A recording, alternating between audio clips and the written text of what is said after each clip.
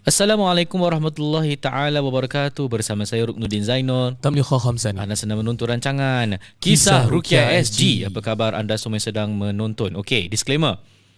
Di hari yang anda sedang menonton, ini bukan live. Ini adalah premier. Kerana pada tarikh ini 3 Disember, saya dengan Ustaz Tam tak ada kat Singapura. Oh sini, salah tengok. Kami tak ada kat Singapura, bermakna episod ini telah direkod awal lagi sebelum kita pergi umrah. Okay, so tak dapatlah nak baca you guys punya komen. Kenapa? Kalau kita nak skip satu episod, saya tahu ramai di kalangan anda akan rasa sedih dan somehow mengganggu momentum yang ada kerana setiap hari Ahad tepat pada jam 8 malam akan ada Kisah Ruqyah IG. Apa aku berbual ni? Kisah Ruqyah SG live setiap hari Ahad pukul 8 hingga ke 9.30 Ya. So alhamdulillah kita rekod ni date bila ni? Ini lagi berapa hari ni Ustaz Tam dah nak pergi umrah pada 23 Disember. Bermakna kita rekod ni sebelum 23 Disember. Khas untuk anda semua. Jadi minta maaf yang komen-komen kita tak dapat baca pasal dah pre-recorded. Dan insya-Allah untuk masa-masa mendatang akan ada live seperti biasalah. Only that kita lihat satu tarikh ni, me dengan Ustaz Tam kita tak ada. Ustaz Tam berangkat untuk umrah 23 Disember, doakan. Dan saya berangkat untuk umrah pada 29 November. Aku cakap November, Disember tadi? November. No, 28 November. Saya berangkat 29 November. Okay, so ni tarikh yang anda lihat ni adalah 3 Disember. So doakan kita berada di umrah dan kita doakan kepada anda yang sedang menonton supaya diberikan rezeki yang murah dan diberikan kesembuhan daripada segala penyakit yang ada. Sebagai permulaan, nampak tak muka Ustaz Tam? Nampak lain sikit tak? Cuba tengok. Muka Ustaz Tam lain sikit cuba komen. Walaupun kita tak tahu, kita tak boleh baca komen tersebut, tapi Ustaz Tam reservis reservis tadi dia beritahu saya lah sebelum kita datang ni. Dia pergi tembak-tembak. Dia bilang shooting. Saya ingatkan video shooting. Rupanya betul-betul shoot pakai pistol. Jadi terpaksa beliau yalah, dalam keadaan seperti baby yang baru lahir. Yes. Ustaz Tam, apa khabar, sihat? Baik, Alhamdulillah. Tapi sejak saya dah tak ada jambang ni, saya dah tak boleh berbual. Saya akan senyap je kat live ni, saya akan dengar je Ustaz Ruk cakap. Kira. Dan saya nasib baik benda ni tak live betul-betul. Kira ni premier. Tapi kita memintalah kalau boleh YouTube live Kisah Ruqyah Aziz Family.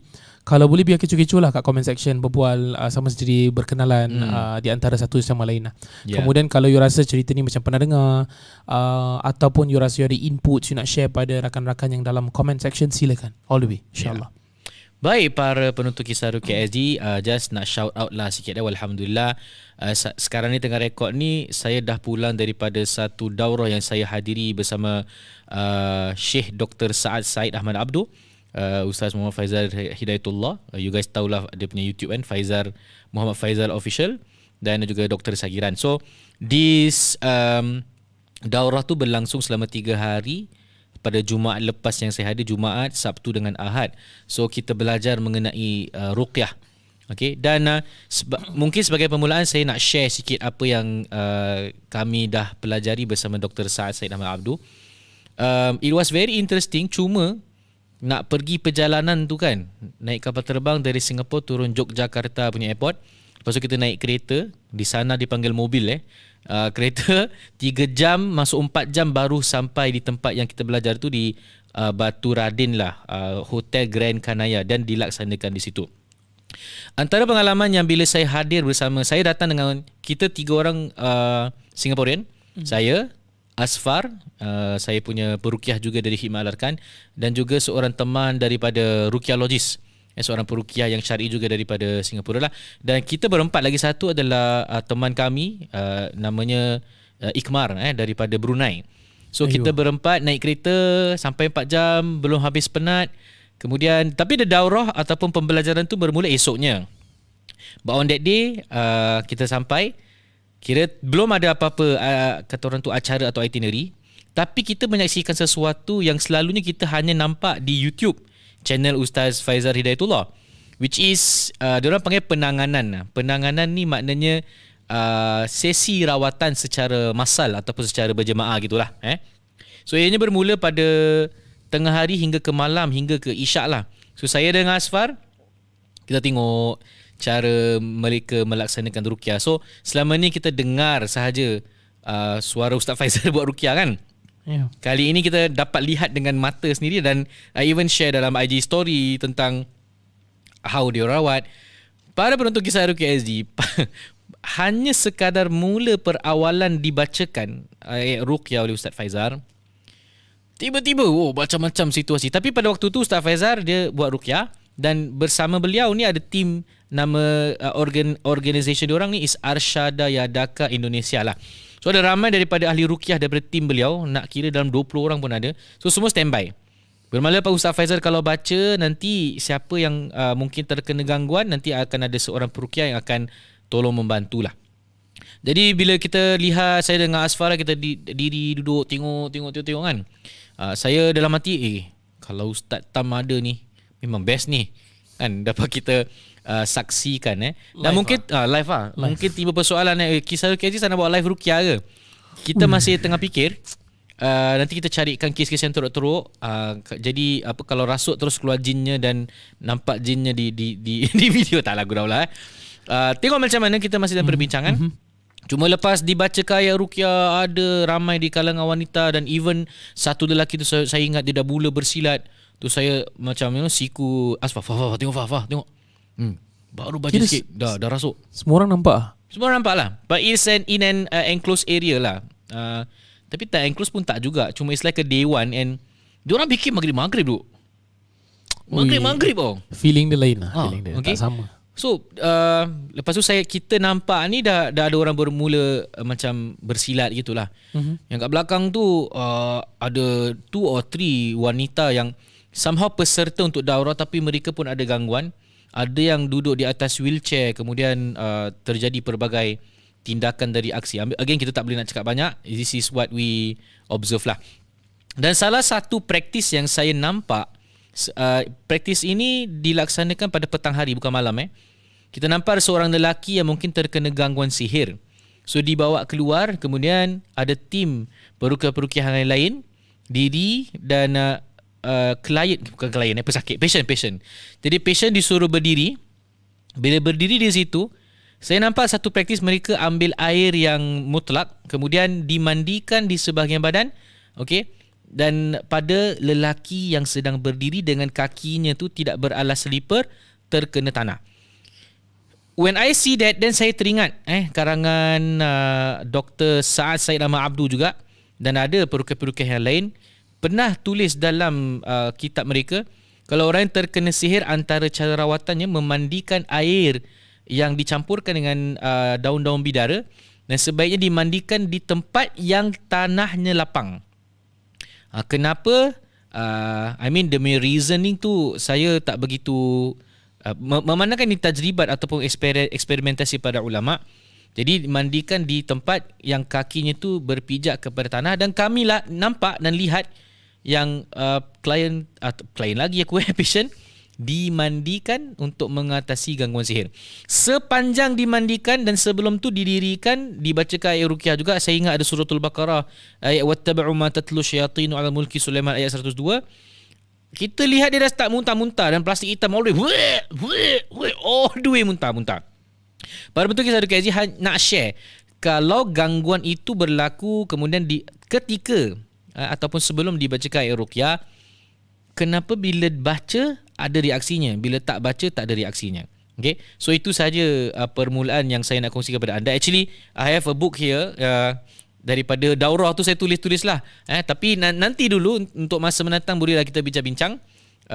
Actually, saya nak bincang sesuatu kan. Yeah. Tapi kita bawa kepada episod yang lain lah. Cuma sebagai permulaan. Then I was asking, Ustaz Tam, imagine kalau kita buat that kind of daurah daurah international kalau menjemput peruqyah daripada luar negara doing this here in Singapore. So it would be great lah untuk mempelajari ruqyah yang syar'i. And even I belajar banyak benda. I can't wait to share with you guys, but not in this episode, untuk episod-episod mendatang insyaAllah. So stay tuned dengan YouTube live Kisah Ruqyah SG. Ustaz Tam, anything to add before kita mula dengan kongsi kisah? Satu je saya nak cakap, kalau let's say penonton YouTube live Kisah Ruqyah SG. Kalau let's say you ada kesempatan, you ada masa, you have opportunity nak belajar ruqyah dengan masyaikh, dengan syekh sorry, masyaikh ruqa ni memang orang-orang yang sangat mahir, sangat berpengalaman, dan mereka ni ada ekosistem, mereka ada keluarga yang besar. Betul. Dan bila kita bersama-sama, kita akan jadi kuat. Kemudian ilmu ruqyah ni dia sangatlah luas. Bila Ustaz Rukunuddin share kat saya cakap, oh ada lagi. Maksudnya ada lagi kita tak tahu. Dan bila ada orang melakukan sesuatu cara rawatan tu ada sebab. Mungkin kita setuju, mungkin tak setuju, itu lagi satu cerita. Dan kalau boleh yang di Brunei, Malaysia, Indonesia, negara-negara luar yang lain, jangan henti belajar ruqyah kerana anda ni membuat dakwah di negara masing-masing. Sebarkan ajaran Islam, pastikan kita membantras ataupun membasmi gejala-gejala kesyirikan yang menggunakan nama ruqyah dan nama Islam. Nauzubillah. Dan just want to share just sikit je daripada kita belajar. Para penonton Kisah Ruqyah SG antara 3 gangguan melalui ain, gangguan melalui sahir ataupun ahli sihir, dengan gangguan melalui ruhani. Ruhani ni bukan maknanya amalan kerohanian, tapi ialah praktisi practitioner yang menggunakan aura, menggunakan khodam, menggunakan kebatinan. Antara ni 3 kan yang rasa bal asyad wa akhtar, paling dahsyat, paling teruk lah. Antara ni 3, ahli sihir ke, atau ahli rohani ke, ataupun daripada jin, mana yang paling teruk? Jawapannya ahli rohani. Ni yang kenapa, antara sebabnya bila kita bertemu dengan perawat rohani ni, dia suggest untuk menggunakan kuasa-kuasa gaib untuk diletakkan dalam badan you. Bila you rela, dia dah masuk, you ingat sana nak keluar ke? Dan kami pun bertanya kepada Syekh Dr. Saad lah, kenapa you say rohani ni paling teruk? Kenapa bukan sahir ataupun ahli sihir? Dia bilang, orang-orang ahli sihir ni, kalau kita ambil servis diorang ni, maknanya dia akan hantar gangguan yang tidak rela untuk orang tersebut. Faham tak? Aku cakap, oh okey, faham. Di manakah ahli rohani yang you minta bantuan diorang yang menggunakan khodam jin ataupun rijalul ghaib atau lelaki-lelaki ghaib, mengakibatkan kamu yang setuju untuk ada jin didampingi pada you, jadi bila nak keluar akan memakan masa lama dan panjang. Itu sikit je. Dia ada banyak lagi kita belajar, insya-Allah kami akan share. So, para penonton Kisah Ruqyah SG, janganlah cari rawatan daripada ahli-ahli yang klaim gunakan kuasa gaib lah, aura-aura lah, apa lagi apa lagi Ustaz yang pelik-pelik ni, gunakan susuk lah, gunakan tenaga batin. Minta maaf, Syekh Dr. Saad mengatakan ini adalah daripada al-ahwalu syaitani, perkara-perkara kesyaitanan yang di mana ada kuasa-kuasa gaib yang sedang membantu, dan ini mengakibatkan susah kalau terjadinya gangguan untuk keluar, aka saka. Okay, baik, tanpa kita membuang masa, jom kita mulakan dengan perkongsian kisah. Okey, jom kita tengok komen sekejap. Okey, padahal tak nampak pasal ni premier kan. Okey, so again, tajuk kita pada ini ialah gangguan penjara, tapi tak semua cerita disebabkan gangguan penjara. Kita ambil satu tajuk tu, gangguan penjara, ada ceritanya, tapi kisah-kisah yang lain dia bercampur jugalah, tema-tema yang berbeza. So Ustaz Tam, you want to start first? Saya baca dulu. Let's go. Assalamualaikum Ustaz Ruk, Ustaz Tam dan juga penonton Kisah Ruqyah SG's YouTube Live. Nama saya Ella. Di sini saya ingin berkongsi pengalaman saya yang tak akan dapat saya lupakan. Tu Ella tu bukan nama sebenar bukan nama sebenar. Ada 2 kejadian yang berlaku di tempat kerja lama saya, di sebuah kondominium di kawasan East. Ni dia katakanlah. Jadi kondominium itu saya bertugas di bahagian clubhouse, dan saya akan kongsikan rakaman CCTV dari kejadian 1 dan juga gambar dari kejadian yang kedua. Maksudnya ada 2 kejadian yang berlaku. Jadi bagi kejadian yang pertama, pada 2016, saya bertugas pada shift petang bersama rakan kerja saya yang datang dari 2 petang hingga 10 malam. Dan genap pada pukul 8.27 malam, seperti biasa, staf akan naik ke tingkat 2 untuk memeriksa bilik-bilik dan harus kunci. Kemudian diterangkan, hari kejadian tersebut giliran saya pula yang periksa. Biasanya bukan saya. Kemudian diterangkan saya masuk dalam bilik games room yang ketiga kerana waktu petang ada residen menggunakan bilik tersebut. Okey. Jadi saya pun masuk, orang kata nyalakan lampu, tengok keadaan sekeliling, kemudian saya matikan lampu dan kunci pintu balik. Jadi sejurus saya keluar dari bahagian pintu depan, mengunci sekali lagi. Okay, saya dah lock. Lalu saya pun turun dan masuk ke dalam booking office. Okay. Tiba-tiba rakan kerja saya bertanya kepada saya. Dia cakap, kau tak matikan lampu bilik games 3 Dia katakan. Kemudian bila saya rujuk balik pada CCTV dalam booking office, saya terkejut. Lampu bilik games room 3 itu masih menyala. Kemudian saya cakaplah dengan rakan kerja yang saya dah matikan, tapi benda tu masih terbuka. Dan kami berdua rasa pelik dan memutuskan untuk playback the CCTV untuk periksa. Kira nak check balik lah sewaktu saya masuk dan sewaktu saya keluar betul tak saya tutup. Betul, terbuka sendiri ya. Alangkah terkejutnya kami, CCTV menunjukkan semasa saya melangkah keluar dari bahagian pintu depan, dengan sendirinya lampu itu dimatikan dalam bilik games room 3. Ya sih, tak ada orang. Tapi tak tahu siapa yang matikan. Jadi sebelum naik ke tingkat 2, saya panggil cleaner untuk menemani saya ke atas. Bila saya masuk dalam games room 3 tu, bulu roma saya berdiri. Aku nak tercakap bulu lain pula bulu hidung. Cepat-cepat saya matikan lampu dan saya cabut keluar. Cleaner yang tunggu saya kat depan bahagian pintu depan tu, dia pun rasa tak sedar hati. Kemudian saya cepat-cepat kunci dan terus menjurus ke bawah. Setelah kejadian itu, saya dan rakan-rakan kerja tidak akan naik lagi selepas pukul 8 malam. Ui. Dan kami akan panggil security officer untuk bantu kuncikan pintu-pintu di atas. Okey, itu cerita yang kejadian yang pertama pada 2016 dan ini berlaku pada November 2020. Ui. Ketika ini saya bertugas keseorangan pada hari dan saya tahu pada hari tersebut tiada residen pun akan menggunakan games room 3. Oh, games room 3 lagi Itulah. Jadi pada pukul 9 malam, saya melihat di bilik CCTV games room 3 mempunyai lampu yang tidak menyala. Kira tutup maksudnya. Ya. Okey.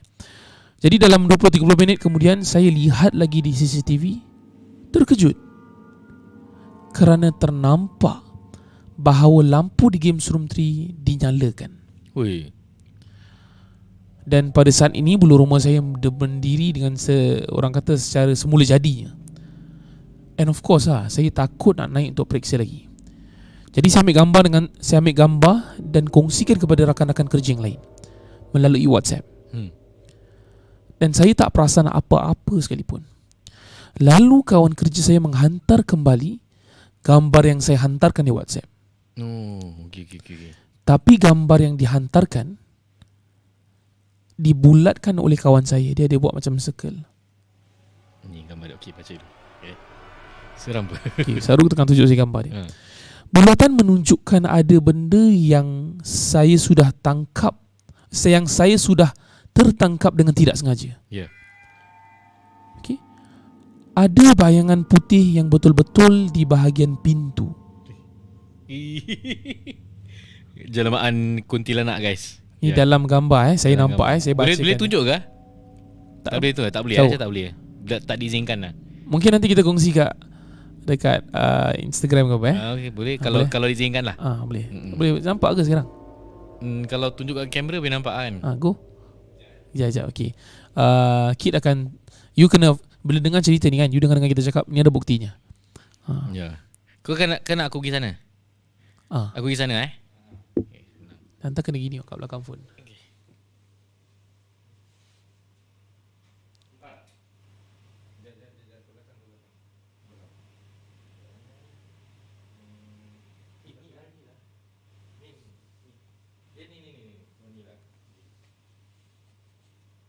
Belakang sikit. Belakang lagi. Yes, nampak? Ya. Yeah. Betul. Okey, cantik. Nampak? Jadi kalau nampak pada bulatan kuning dan ada bulatan yang lagi satu tu menunjukkan lembaga putih yang berada. Kemudian diterangkan, kelihatan seperti kakak ataupun pontianak lah. Ataupun kalau mungkin kita tengok sepintas lalu, seolah-olah macam bentuk pocong. Ya. Dan kami tidak berani playbackkan CCTV tersebut. Kalau lihat dengan betul-betul benda putih tu, kalau lihat betul-betul bukan benda putih tu saja, tapi ada juga benda lain yang ada pada gambar tersebut. Cuba lihat di tepi tingkap pintu bilik games. Tak berapa jelas tapi nampak apa? Macam muka Kelihatan seperti ada wajah sosok wanita di tepi pintu tingkap. Macam ni. Subhanallah, aku akan cuba imagine.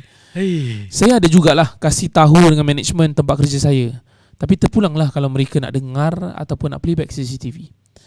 Tapi kawasan di kondominium tu memang sangat menyeramkan, lagi-lagi pada waktu malam. Sekian, itu sahaja cerita saya dan terima kasih. Seram sih. Cerita ni very very well crafted kerana ada gambar untuk kita melihat. Dan biasanya bila kita menghabarkan cerita-cerita, kadang orang ingat cerita-cerita tu borak-borak, basi-basi, nak takut-takutkan orang hanya untuk konten semata. Tidak. Ini berdasarkan bukti yang sangat jelas, dan kami menceritakan dengan harapan anda, orang kata, you fahamlah apa yang mampu berlaku bila kita dalam keadaan macam tu. Dan kita kalau cakap gangguan security ni banyak, saya rasa banyak. Kan it's very common to a certain extent, tapi orang-orang macam dia ni biasanya insya-Allah orang-orang yang berani lah. Alhamdulillah. So guys, kalau you ada gambar-gambar yang ingin dikongsi yang mungkin bersifat mistik, tertangkap ke apa, send to us melalui kisahhidupkz@gmail.com. Nanti saya akan minta saudara Keith untuk Masya-Allah, Keith kita untuk ni lah. Pada minggu lepas ada orang komen, salam Keith, Keith. Kita panggil Keith, dia sebut Keith.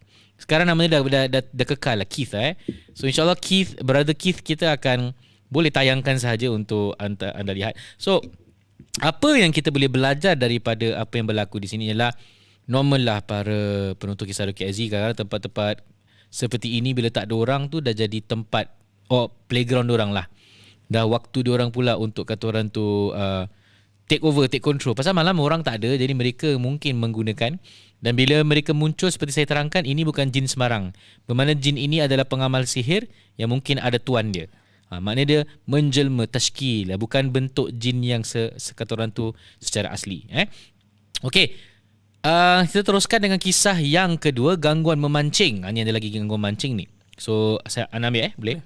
Assalamualaikum Ustaz. Hari itu tengok YouTube pasal kisah gangguan pancing. Waalaikumsalam. Boleh tak saya cerita experience saya kena gangguan bila pancing? Boleh lah. Saya tadi MKIG tapi tak boleh send lah pula. Saya tu guna nama samaran saya Pisang. Okey, Pisang. Ini cerita daripada Pisang. Pada suatu ketika dulu, saya memang selalu pancing bersendirian. Wow. Saya memancing di satu pusat peranginan di Singapura. Pada masa malam tu, bila saya sedang seronok memancing, sampai tak ingat masa. Tengok jam dah pukul 11 malam dan masih ada orang berjalan di tempat situ.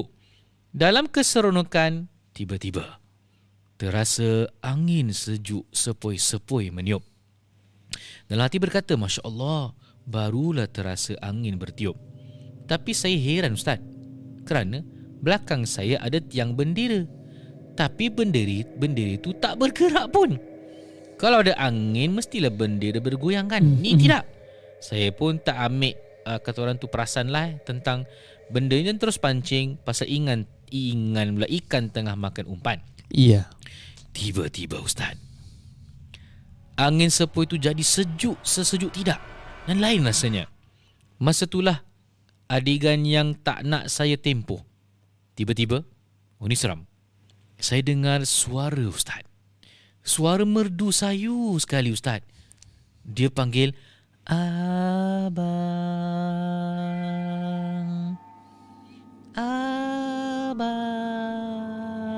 Dia punya suara memang tak pernah saya dengar dan tak tahu nak explain.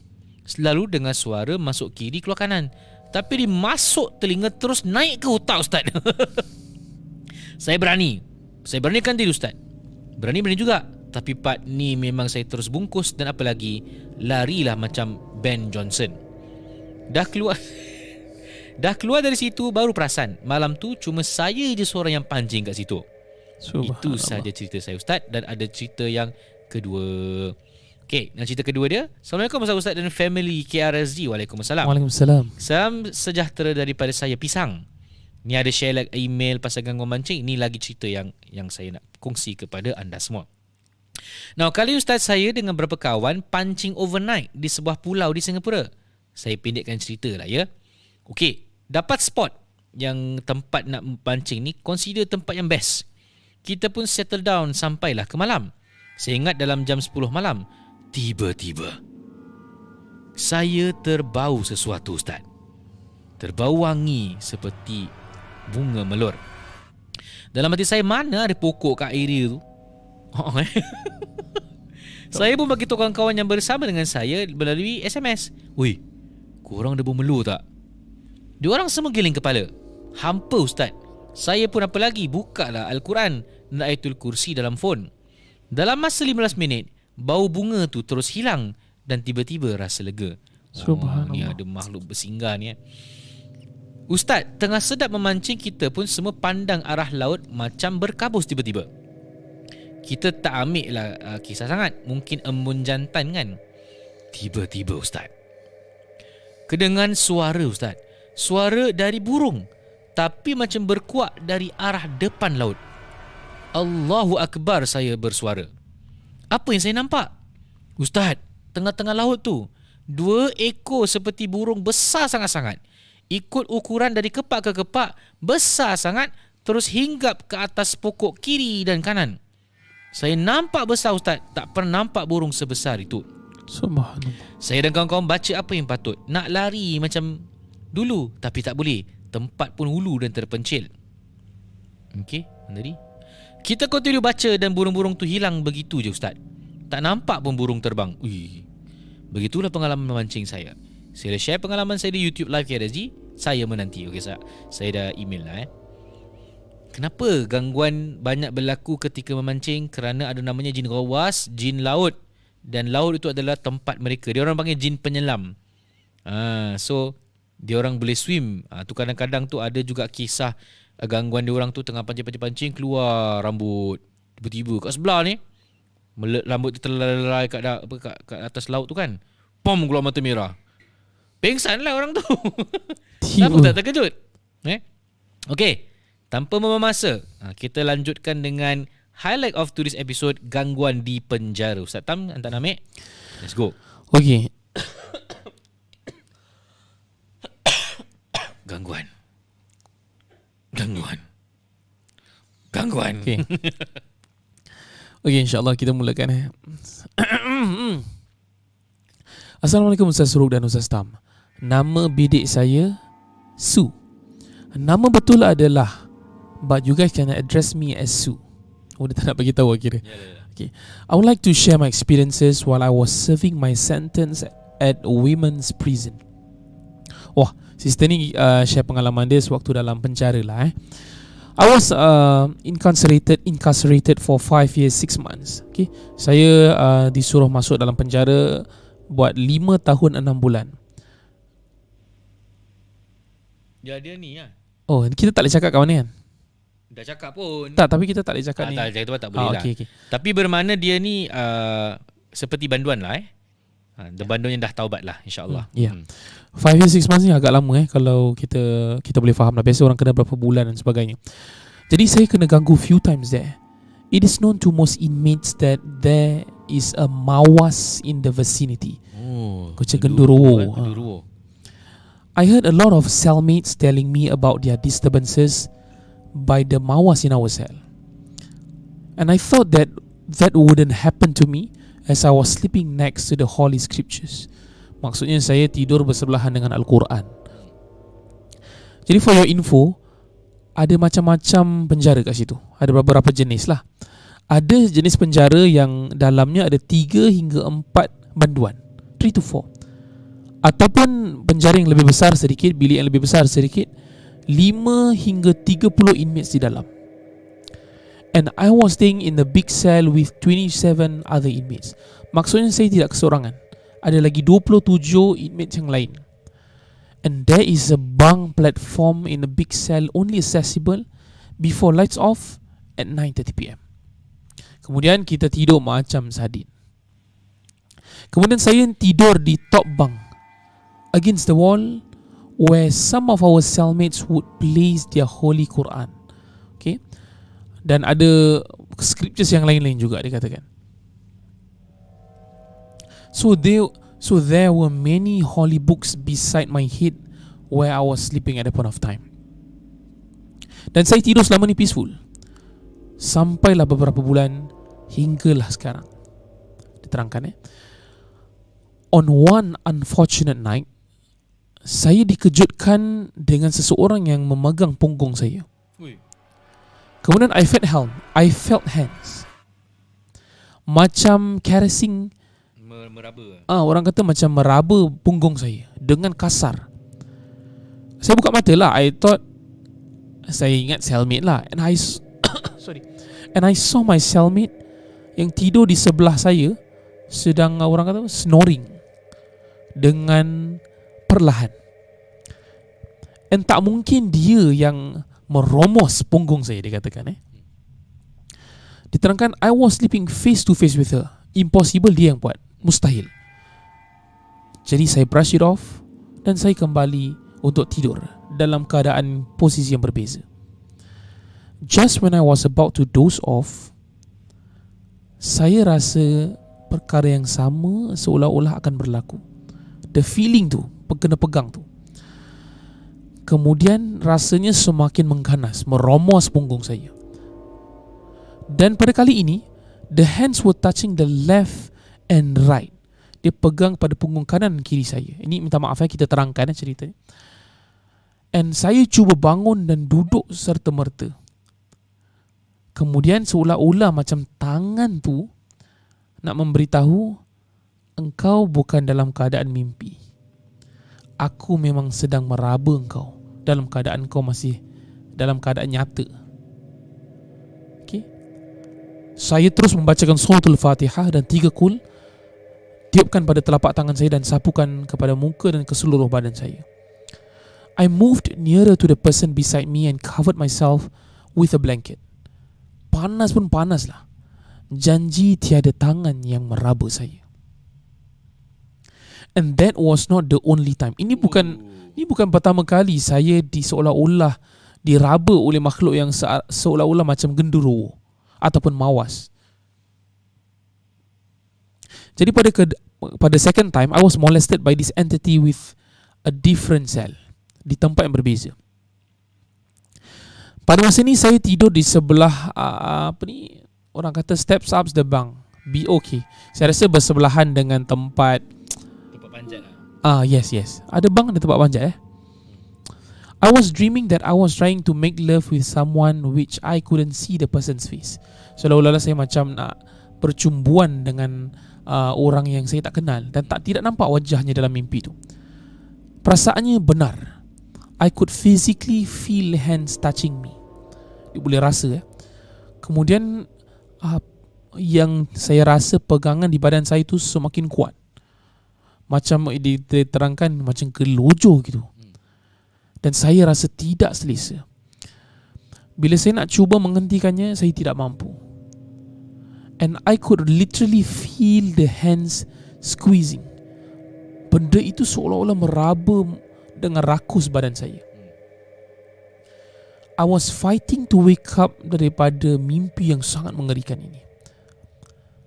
I couldn't remember how I escaped, but I did remember jolting up from the bunk with a gasp. Gitu Okay. Saya sambung So bila dia terbangun dengan kata orang tu sedotan nafas lah waking up the person sebelah saya, dia mengejutkan orang di sebelahnya. So perempuan tu tanya saya, kau okey tak? And dia nampak muka saya memang muka ketakutan. Saya pun anggukkan kepala saya. Saya turun ke bang dan minum air untuk menenangkan diri. Betul-betul memang horror lah. It was a nightmare, but I could really feel the hands as if happen dalam kejadian nyata. Maybe mungkin berlaku kerana lepas tu Ustaz, saya ada bengkak-bengkak, lebam-lebam di badan saya. Saya ada cerita gangguan-gangguan lain Ustaz. Okay, but I don't know if you're able to share my story to listeners, as the place is, you don't know where lah. Okay, dah lah tempat tu tempat untuk perempuan pula tu. If you share, terima kasih kerana berkongsi. Dan kalau tak share pun, terima kasih kerana membaca cerita saya. Saya selalu binge listen to your podcast. I really learn a lot of things from the podcast. Not only from both of you, also from sponsor yang daripada podcast tersebut. Semoga Allah shower all of you dengan His blessings. Terima kasih. Terima kasih bagi, dia sebut nama dia tadi, nama dia apa? Su. Bukan nama sebenar dia. So Su, terima kasih. Saya kira waktu anda berada dalam penjara adalah satu perkara yang lepas. Tak apa, dah bertaubat. Semoga diampunkan segala apa kesalahan kita lah. Dan terima kasih kerana berkongsi. You are very brave to share. Yang kita pun terkejut, dalam tempat yang khas untuk wanita pun ada juga makhluk bodoh ni yang mengganggu. Jadi namanya kemungkinan jin asyik para penonton Kisah Ruqyah SG. Apa tu asyik? Jin asyik ni jin pencinta lah. Dalam kitab-kitab Ruqyah banyak terangkan lah. Antara tandanya betul-betul, which is you rasa mimpi basah dan kemudian bila bangun ada lebam-lebam atau bercak-bercak kebiru-biruan. Okay. Sebaiknya pakailah minyak kasturi pada badan, kasturi kijang ke, kasturi hitam, kasturi putih ke, dan tidur. Diterangkan oleh ulama, Imam Syafi'i rahimahullah mengatakanlah yang ini adalah penguat jiwa kita. Imam Ibn Qayyim pun sebut dalam kitabnya Al-Wabil Usaib, ini mengusir gangguan. Jadi itu antara cara yang boleh kita amalkan. Para penonton Kisah Ruqyah SG, once kita terangkan perkara seperti ini, jangan cepat-cepat nak cari peruqyah lah. Maknanya kalau ada gangguan, sila rawat sendiri. Kalau rasa makin teruk, bolehlah anda memanggil kita untuk bantu mana yang kita boleh bantu. Bagi anda yang ingin ruqyah bersama saya, website ruqyah.sg. Bagi anda yang ingin ruqyah dengan Ustaz Tam, islamicvalues.co, islamicvalues.co. Okay. You ambil Ustaz Ruk ke Ustaz Tam ke, kita dua-dua happy. No problem. Oh, ada ramai orang tanya, you guys sama company Oh, kita bukan sama company, kita different company. Company saya, company Ustaz Tam, company Ustaz Tam. But kita dalam ranjang objektif yang sama, which is Ruqyah Syariah. Kau dengar bunyi kat belakang tadi? Dengar kan? Aircon Tak, macam ada orang tingkap kat belakang. Kita bidik. Tak lah, mungkin aircon lah. Kita di penjara. Aircon kat sana. Kita kat penjara, nampak kat belakang ni. Ya, penjara. Okey, para penonton Kisah Ruqyah SG, nak cakap sikit boleh? Silakan. Su, kalau let's say you dengar episod ni, kita nak cakap Masya Allah, Tabarakallah, dah selesai semuanya, Alhamdulillah. Dan Allah sedang menaikkan darjat you lah. Bila you keluar menjadi orang yang lebih mantap, Alhamdulillah. Dan kita nak cakap terima kasih Sayyidina Ustaz Ruknuddin, Kisah Ruqyah Aziz family dengan Keith. InsyaAllah kita nak cakap terima kasih kerana you sanggup bersama-sama kita. And of course kita semua Kisah Ruqyah Aziz family, kita bersama-sama lah insyaAllah. Alhamdulillah. Ingat, dalam Kisah Ruqyah Aziz, no judgment here lah. Kita judge orang yang buat benda syirik je. Tak lah. Kalau ada orang buat benda syirik pun, kalau dah bertaubat pun kita alu-alukan lah. Ya, pasal Ustaz Ruknuddin pernah je rawat orang-orang yang mengamalkan benda ni pun pernah.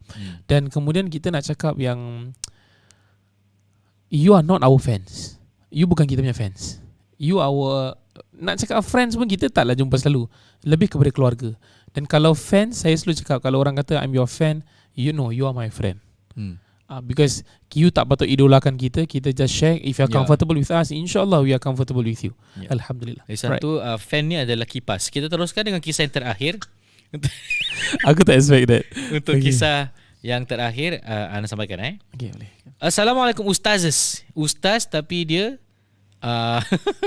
plural. Saya Su, pendengar baru juga Kisah Ruqyah SG. Ni Su yang berbeza. Tadi Su kes penjara ni lain. Baik Su.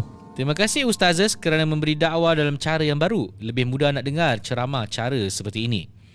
Nak share cerita, hopefully sampai ke Ustazes insyaAllah. Okey Ustaz, gini cerita dia. 2 tahun yang lalu saya hamil anak kedua. Waktu itu saya belum ada rumah sendiri. Jadi saya, suami dan anak pertama tinggal di rumah kakak saya daerah North East of Singapore. Aku dah tahu dah North East ni. Rumah kakak saya bersebelahan dengan sebuah river atau longkang moden. Aku dah tahu. Okay. Semasa saya hamil dalam 5 ke 6 bulan gitu, saya ada mimpi yang pelik. Dalam mimpi itu saya seolah seorang spectator yang melihat kisah kehidupan seorang wanita berbangsa Cina, berbangsa Tionghoa. Yang peliknya mimpi saya itu seakan-akan saya berada dalam zaman perang Singapura kedua, dalam lingkungan umur 40-an dan 50-an, dan saya tak berapa pasti. Pada malam pertama mimpi itu taklah seram, dan bila saya bangun saya masih boleh ingat mimpi tersebut. Tapi saya tak indahkan kerana waktu itu juga saya sedang tengok cerita The Price of the Peace on Netflix. Jadi saya cuma ingat itu hanya permainan tidur. Now, malam kedua saya mimpi perkara yang sama, Ustaz. Tapi kali ini cerita lebih panjang. Saya ada klien macam ini juga, nanti saya cerita. Dalam mimpi saya, wanita itu dipaksa berkahwin dengan seorang oleh ibu bapaknya sendiri. Sehingga saya lelaki yang dia paksa kahwin tu, orangnya mempunyai reputasi yang kurang baik dan agak bengis orangnya. Again saya terbangun dan saya tak fikirkan. Tapi mimpi itu saya boleh ingat kejadiannya setelah saya bangun. Selalunya mimpi saya bila bangun dah lupa dah mimpi tersebut. Tapi kali ini saya betul-betul ingat. Ustaz, dah mimpi malam yang pertama, dah mimpi malam yang kedua. Ustaz, malam ketiga Ustaz. Jeng jeng jeng. Jeng. Panjang pula Lebih pelik mimpinya dan lebih panjang. Kali ini saya lihat sendiri wanita tu setelah berkahwin di-abuse oleh suaminya hingga dia melarikan diri. Malangnya dia tertangkap lalu dibunuh di tempat yang saya boleh describe as river yang cetek. Saya terbangun di tengah-tengah malam dan saya istighfar banyak-banyak.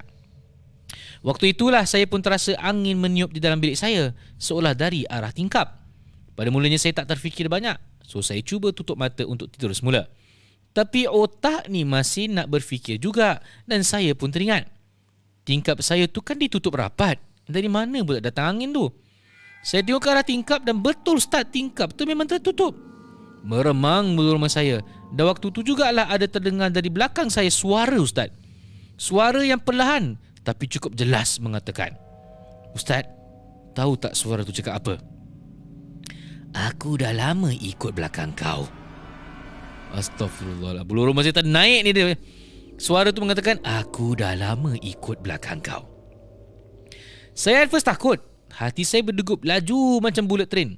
Tapi lepas tu saya jadi berani sikit. Mungkin kerana sebagai seorang ibu, yang pertama buat saya adalah keselamatan anak-anak saya.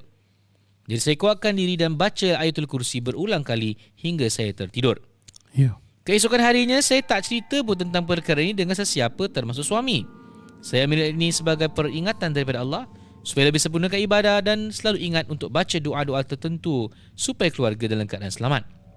Soalan saya, Ustaz, betul ke kalau rumah kita berhadapan dengan air, body of water, tak kisahlah river ke laut ke, lebih senang untuk benda-benda ni untuk mengganggu rumah-rumah di sekeliling situ? Betul. Why? Ada kes juga dalam satu tempat di daerah north of Singapore. Rumah-rumah tu semua sebelah river. Betul. Dan semua kena ganggu dengan makhluk yang sama. Kira 10 rumah gitu. Mana tu daerah utara, saya tak nak cakap. Terima kasih Ustaz kerana baca cerita saya. Semoga sentiasa dalam perlindungan Allah Subhanahu wa taala. Ustaz Tam? Mafhumnya Arsy Iblis fil bahr. Arash Iblis tu di lautan. Kenapa disebut Arash? Kerana Iblis ni dia nak menunjukkan kesombongan dan keangkuhan. Dia nak menunjukkan bahawa dia mampu menyaingi Arash Allah Subhanahu wa taala. Which is Arash Allah tu memang kita takkan nampak lah. Tapi syaitan ni kerana sangat sombongnya dengan kekuasaan sihirnya yang begitu kuat, dan Allah berikan dia beberapa kelebihan untuk membuat benda-benda ni lah. Dia cuba. Dan kenapa dia letak atas lautan? Kerana seolah-olah macam terapung. Dia nak terapung kan tak boleh, dia letak atas air. Ini diterangkan. Kira macam nak mimik lah ataupun nak sama macam arasnya Allah. Sedangkan itu satu mereka sedang menipu diri mereka dengan penipuan yang sangat nyata. Dia tahu tu bukan pun. Dan cuma kalaulah orang yang contoh macam orang tinggal North Shore, kat Punggol kan, tu depan laut, relax lah. Amal waktu masuk waktu maghrib, tutup tingkap, tutup pintu, jaga solatnya, ibadahnya, jaga Baqarah jalan terus, rumah bersih dan wangi. Kemudian amalan-amalan sunnah dihidupkan, dan insya-Allah semoga tiada gangguan, kerana yang menjaga kita Allah. Betul. You boleh tinggal sebelah kubur pun tak ada apa-apa. Betul. Dan ada orang tinggal contoh tempat sebelah taman pun nampak pun dia nak. Contoh. Jadi tempat mana kita tinggal, possible tak dapat gangguan? Possible. Tetapi possible juga tak ada kena gangguan langsung. Biiznillah. Apapun minta Allah Subhanahu Wa Taala. Contoh kalau lah let's say you nak beli rumah, you tak sure kat mana. Ini Elfi Leha yang sponsor kita punya YouTube live ni. Satu kali dah support orang, insya-Allah. Kemudian kalau you perlukan pagar rumah services, saya Ustaz Aruk, kita orang ada for you lah. InsyaAllah we will make time for you. Alhamdulillah. Para penonton Kisah Aruk KSG, demikian saja episod premier kali ini. Minta maaf pasal tak ada komen. Kalau ada komen, dia ada makan masa sikit kan. Every satu cerita komen memang 15 minit. Kalau 5 cerita 15 minit dan nak masuk 1 jam setengah lah, baru saya faham kenapa kita lama. Kita jawab komen kan. So hari ni komen kita tak nampak, komen yang baik-baik saja. Tapi bila episod ini dimainkan, kita mungkin ada kat ruangan komen. Ada boleh ruang komen? Boleh. Tengah premier tu dia macam YouTube live. Cuma benda tu dah recorded lah. So bila dia tengah live tu kita memang boleh tengok. Jadi kita nampak nanti apa you komen. Kita boleh komen lah. Kita boleh komen. InsyaAllah. Alhamdulillah. Sekali lagi kita nak ucapkan jutaan segunung penghargaan kepada Kisah Ruqyah Aziz YouTube live punya family yang bersama-sama kita. Kita minta izin you guys subscribe, sharekan dan like this video. Terima kasih di atas masa yang diberikan. Baiklah, sekian saja daripada saya Ruknuddin Zainur. Tamliha Hamzah. Wabillahi taufiq wal hidayah. Wassalamualaikum warahmatullahi wabarakatuh.